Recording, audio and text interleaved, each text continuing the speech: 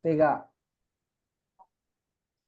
Assalamualaikum warahmatullahi wabarakatuh. Kami dari kelompok yang diketuai oleh Hadi Bisa Bakti ingin mempresentasikan audit sistem informasi menggunakan COVID-5 pada perusahaan penyedia layanan.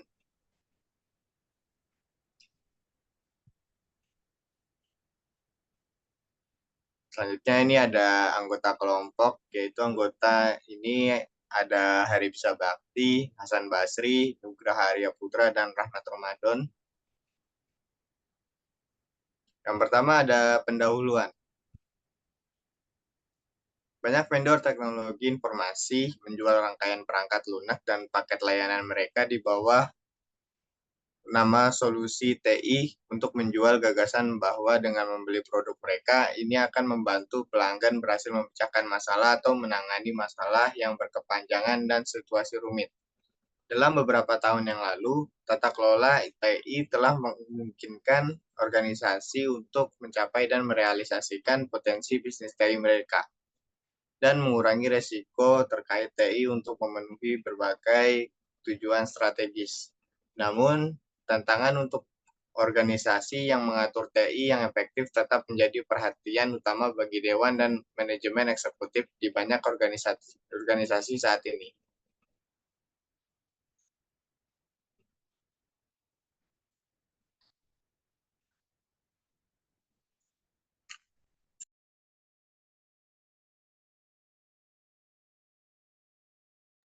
Landasan teori. A. COVID-5. COVID-5 yaitu sebuah kerangka kerja atau framework dan alat pendukung yang memungkinkan untuk manajer menjembatani kesenjangan yang sehubungan dengan mengendalikan persyaratan, masalah teknis dan risiko bisnis, dan berkomunikasi tingkat kontrol kepada setiap stakeholder. B. Audit sistem informasi. Audit adalah pemeriksaan sistematis dan objektif terhadap satu atau lebih aspek organisasi yang membandingkan apa yang dilakukan organisasi dengan seperangkat kriteria persyaratan yang diterapkan. Ada banyak alasan bagi perusahaan untuk melakukan proses audit, seperti menilai efektivitas pengendalian yang digunakan, memeriksa kepatuhan terhadap kebijakan, proses, dan prosedur internal, serta kinerja terhadap tolak ukur kualitas atau perjanjian tingkat layanan. C. Level kapabilitas. Level kapabilitas proses yang digunakan dalam penilaian proses memiliki 6 level.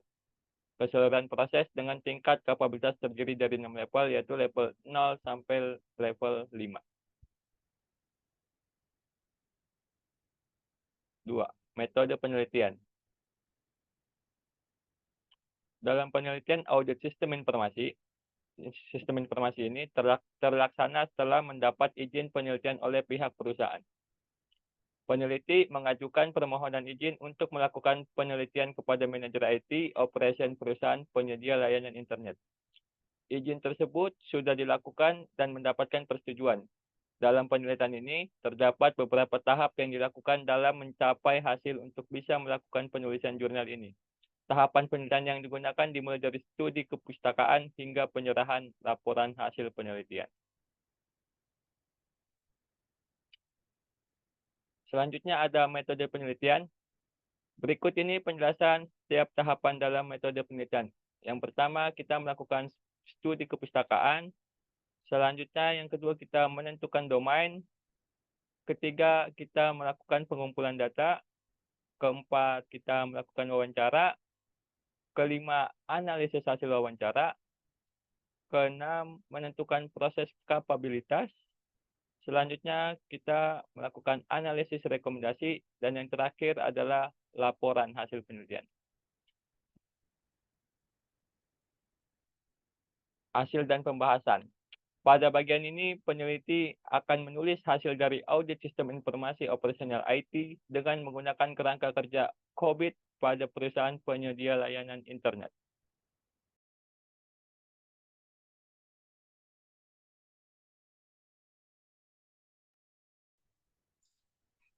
Hasil dan pembahasan. A. Hasil tahap pengumpulan data DSS 03 Manage Problem.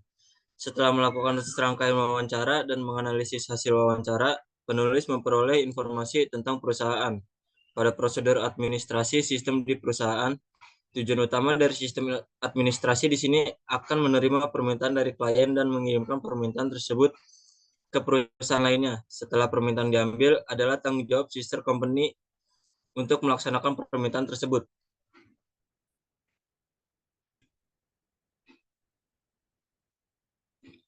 Hasil dan pembahasan. Berdasarkan wawancara yang dilakukan di perusahaan, penulis dapat membuat perbandingan antara kondisi saat ini dan kondisi ideal yang dapat dilihat pada tabel 1.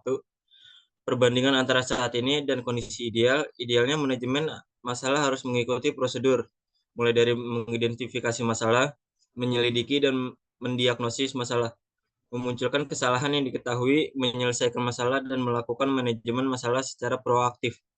Berdasarkan wawancara penulis di PT INET, ada beberapa proses di PT INET yang belum memenuhi proses ideal COVID-5. Pada manage problem, misalnya setiap divisi di perusahaan belum melakukan pertemuan secara berkala untuk membahas permasalahan yang ada dan perubahan yang perlu dilakukan untuk mengatasi permasalahan tersebut. Selanjutnya, penulis akan menganalisis skenario potensi yang mungkin terjadi akibat kondisi yang saat ini tidak ideal.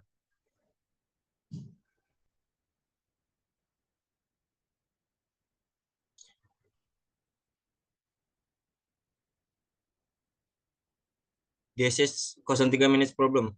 Proses dari proses ini meliputi mengidentifikasi dan mengklasifikasikan masalah dan akar penyebabnya dan memberikan resolusi tepat waktu untuk mencegah insiden berulang. Juga memberikan rekomendasi untuk perbaikan. Tujuan dari proses ini adalah meningkatkan ketersediaan, meningkatkan tingkat layanan, mengurangi biaya, dan meningkatkan kenyamanan dan kepuasan pelanggan dengan mengurangi jumlah masalah operasional.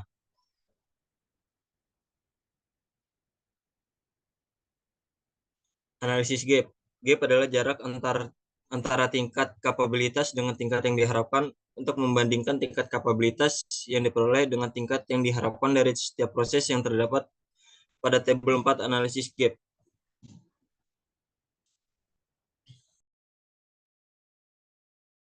Selanjutnya, analisis gap. Berdasarkan angka pada tabel 4, dapat disimpulkan bahwa rata-rata gap domain ini adalah 1,4.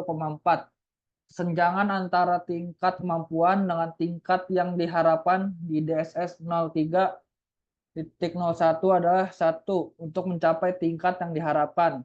Selanjutnya, kesenjangan antara tingkat kemampuan dengan tingkat yang diharapkan di DSS 03.02 juga 1 senjangan antara tingkat kemampuan dan tingkat yang diharapkan di DSS 03.03 adalah 2 untuk mencapai tingkat yang diharapkan.